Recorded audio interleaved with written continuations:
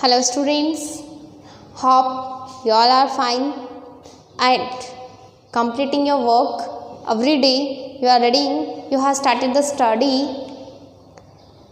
So in today's video, we are going to start chapter number 2, riding on a rainbow. Do you know riding means सवारी करना.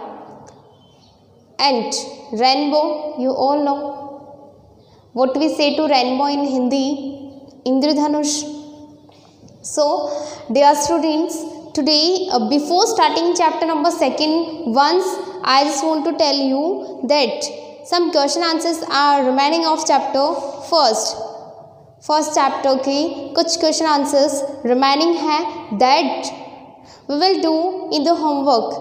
वो हम homework में करेंगे इन assignment. I will send you the questions and you will do them in your English notebook. Okay, so let's see. Once I just want to make you revise about the chapter number 1. What was the chapter number 1? Joy in the jungle. There was a boy who often goes in the forest, in the jungle, and one day while wandering there, he got a stick, bamboo stick, and that bamboo stick has a hole inside, but it looks strong and sturdy. So he took up and went at home. After reaching at home, he gave that bamboo stick to his father to make a pipe for him. Pipe here used for a place of a flute. So he gave that bamboo stick to his father to make a pipe, and his father made a pipe for his son with the bamboo stick. So the boy, what was the name of the boy? Munnu. He started to learn to play the pipe. उसने उस pipe को play करना शुरू कर दिया. And slowly, soon he learned to play the flute. और वो सीख जाता है उस फ्लूट को चलाना, उस पाइप को चलाना. One day while playing the pipe, अपने पाइप को जब वो प्ले कर रहा था, बजा रहा था, he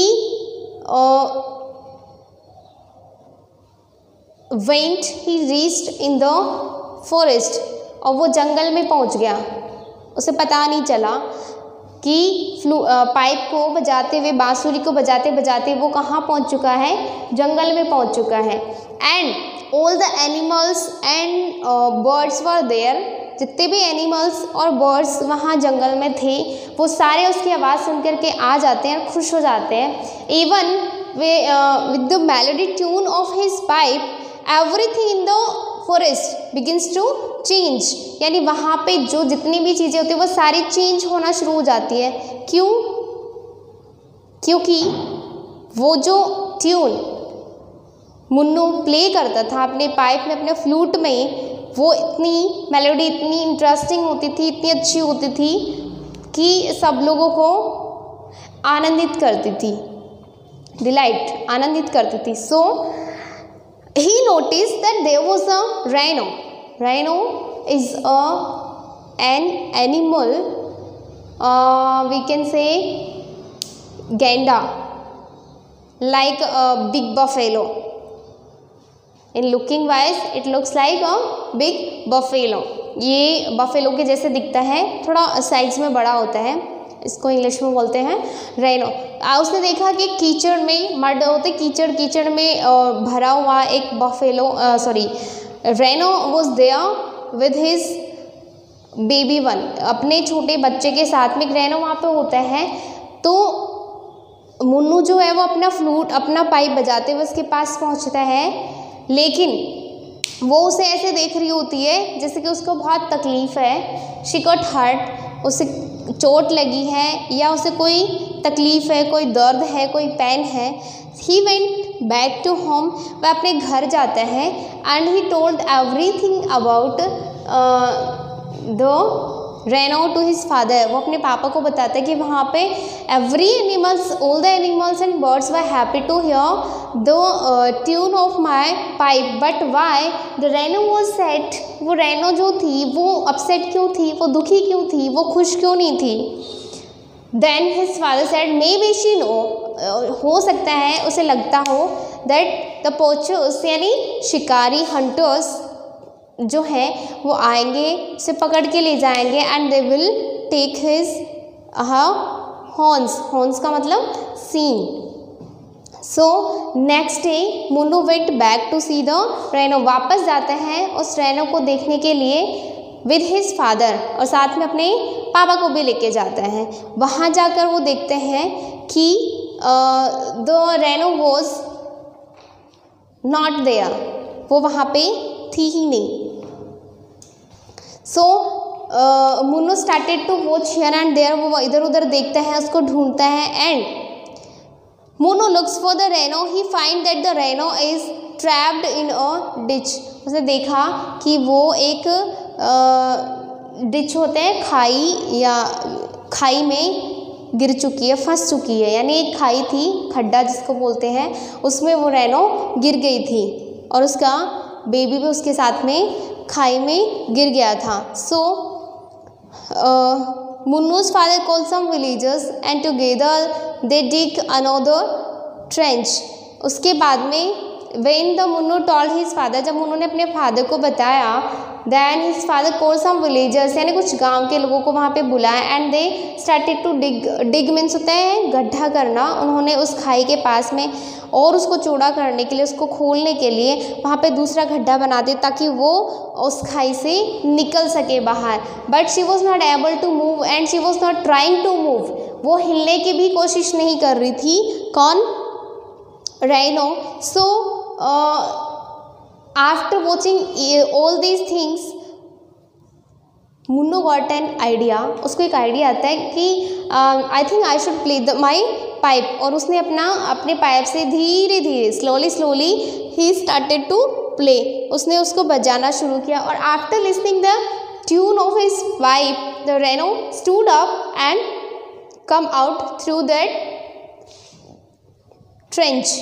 वो जो गड्ढा, जो रास्ता विलेजर्स ने बनाया था, उस रास्ते से वो बाहर निकल जाते हैं। Slowly she went far from the forest, और वो देखते ही देखते धीरे गायब हो जाती है जंगल में दूर। So this was the story. yesterday we have done the MCQs of this chapter. Question answers are there, but question answers I will provide you in the assignment, so you will do from there. Now we will read chapter number 2. Chapter number 2. What is the name of chapter? Do you know? Riding a rainbow. Riding a rainbow. Have you ever ride on rainbow? क्या आपने कभी rainbow की सवारी की है? Morally, I'll explain you. There is a boy, little boy. He wants to ride on rainbow. वो rainbow की सवारी करना चाहता है. What he saying? I will ride on a rainbow. मैं रेनबो की सवारी करूँगा. So to soar through the sky. soar का मतलब होता है सूरज से पहले निकलना, उगना। तो वो कह रहा है कि मैं रेनबो पे की सवारी करूँगा ताकि मैं सूरज से पहले निकल जाऊँ। Sometimes we see in the sky that सूरज sun is not there, but we can see the rainbow in the sky. So he said he is thinking that I will ride on the rainbow to rise before sun. I will ride on a kite. मैं kite की सवारी करूँगा. Kite means पतंग. क्यों? Because the kite flies way up high, यानी जो kites होती हैं उनका वो क्या करती है, बहुत हाई यानी ऊपर तक जाती है आसमान में। सो मैं काइट्स के थ्रू भी रेनबो पे जा सकता हूँ। आई will ride on a dragon. Have you ever listen about dragon? Dragon is the name of an animal which has a long tail and long body like a lizard, I think. Sorry, it has wings also. Dragon जो होता है उसके क्या होते हैं, wings होते हैं और एक लंबी सी पूंछ भी होती है। So I will ride on a dragon, I will ride a balloon, I will ride on a rocket and ride on the moon. यानी मैं रॉकेट जो होता है उस पर राइड करूँगा। क्यों? क्योंकि मुझे कहाँ जाना है, मून पे जाना है। I will ride on the wind, I will ride on the wind. Wind means होता है हवा। As you have you listen about air? Air means हवा। Same here, wind means also हवा। Breeze means also hawa. So here the poet is saying, I will write on wind and the sun and the stars. हवा के ऊपर सवारी करते हुए मैं कहाँ जाऊँगा? सन एंड स्टार्स, सूरज और स्टार्स, तारों पे। आई अनफ्लोटिंग बनानास एंड फ्लाइंग गिटार्स। मैं वहाँ पे क्या करूँगा? फ्लोटिंग, तैरना, बनानास एंड फ्लाइंग गिटार्स। मैं वहाँ पे गिटार बजाऊँगा, बनानास को उछालूँगा। I will ride on a cloud. मैं एक बादल पे राइड करूँगा। And a unicorn too. Have you ever listen about unicorn? Unicorn is the name of an animal which looks like horse, जो हॉर्स के जैसे दिखता है।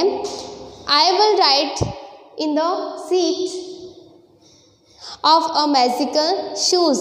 और मैं किस पे सवारी करूँगा? The seat of a magical shoes. Magical shoes can take us everywhere wherever we want to go. But why would I ride on the sun and the stars? लेकिन मैं सन और स्टार्स पर जाने के लिए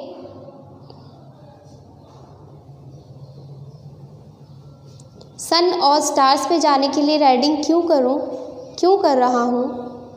it's so much more fun than just riding in a car. क्योंकि हम जो कार में जाते हैं उसमें वो इतना फ़नी नहीं होता, इतना इंटरेस्टिंग नहीं होता है जितना कि स्टार्स पे या सन पे जाना होगा। वहाँ ये it will be funny to ride on wind, to ride on rocket, to ride on rainbow, to ride on dragon, to ride on kite, to ride on balloons. These all the things. Think once, एक बार सोचो आप अगर इन सारी चीज़ों पे ride करते हो, सवारी करते हो, so definitely it will be funny for us. So the poet is saying like this, that I want to ride on rainbow, he want to go on sun, he want to go on stars, he want to go on moon. So this is the poem. So fully explanation I will give you in next video with the Hindi meanings of this poem, and we will do the next exercise of this chapter. Thank you.